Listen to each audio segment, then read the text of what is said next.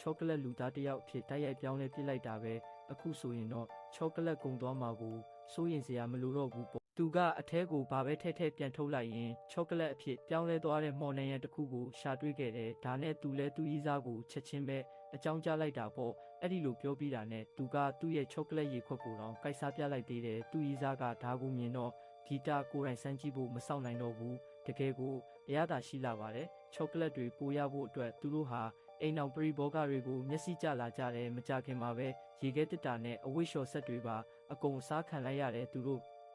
ဂီတာကူတင်ကိုတောင်ချမ်းမထားခဲ့ပါဘူးဒါပေမဲ့သူကြီးစားကတော့အားမရသေးဘူးအခုလိုဘာမှမကြံတော့ပဲဗလာဖြစ်သွားတဲ့အိမ်ကြီးကိုကြည့်ပြီးသူမကစိတ်ကူးတစ်တစ်ခုရုတ်တရက်ရသွားတယ်သူမကဂျက်ကိုချောကလက်လူသားတယောက်ဖြစ်တိုက်ရိုက်ပြောင်းလဲပြစ်လိုက်တာပဲအခုဆိုရင်တော့ချောကလက်ကုံသွားမှာကိုစိုးရင်စရာမလိုတော့ဘူးပေါ့ဒါကပဲဂျက်ကိုပတ်ဝန်းကျင်မှာရေပန်းစားဆုံးလူတစ်ယောက်ဖြစ်လာစေခဲ့တဲ့ငိုနေတဲ့မိန်းကလေးတစ်ယောက်နဲ့တွေ့တိုင်းသူကသူ့ရဲ့ချောကလက်နာရွက်ကိုဖက်ပေးလေးရှိတယ်အဲ့ဒါကိုစားပြီးတာနဲ့အဲ့ဒီမိန်းကလေးဟာချက်ချင်းပဲဂီတပြန်ပြုံးနိုင်သွားတာပေါ့ပြီးရင်သူကသူ့နှာခေါင်းကိုကိုယ်တိုင်ဆွဲဖြုတ်ပြီးလမ်းဘေးကမိန်းကလေးတစ်ယောက်ရဲ့ရေခဲမုံပေါ်မှာအပေါ်စီးအလှဆင်ထားပင်ဖြစ်ထည့်ပေးလိုက်သေးတယ်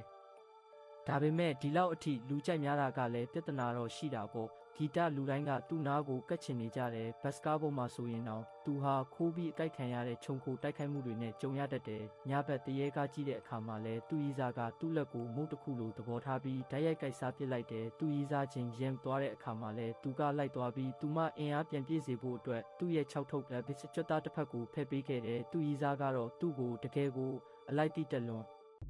သူ့လို့တွေးမိတာပေါ့ဒီဗီဒီယိုကိုကြည့်ပြီးတဲ့နောက်မှာတင်ကောချောကလက်လူသားတယောက်ဖြစ်ချင်ပြီလား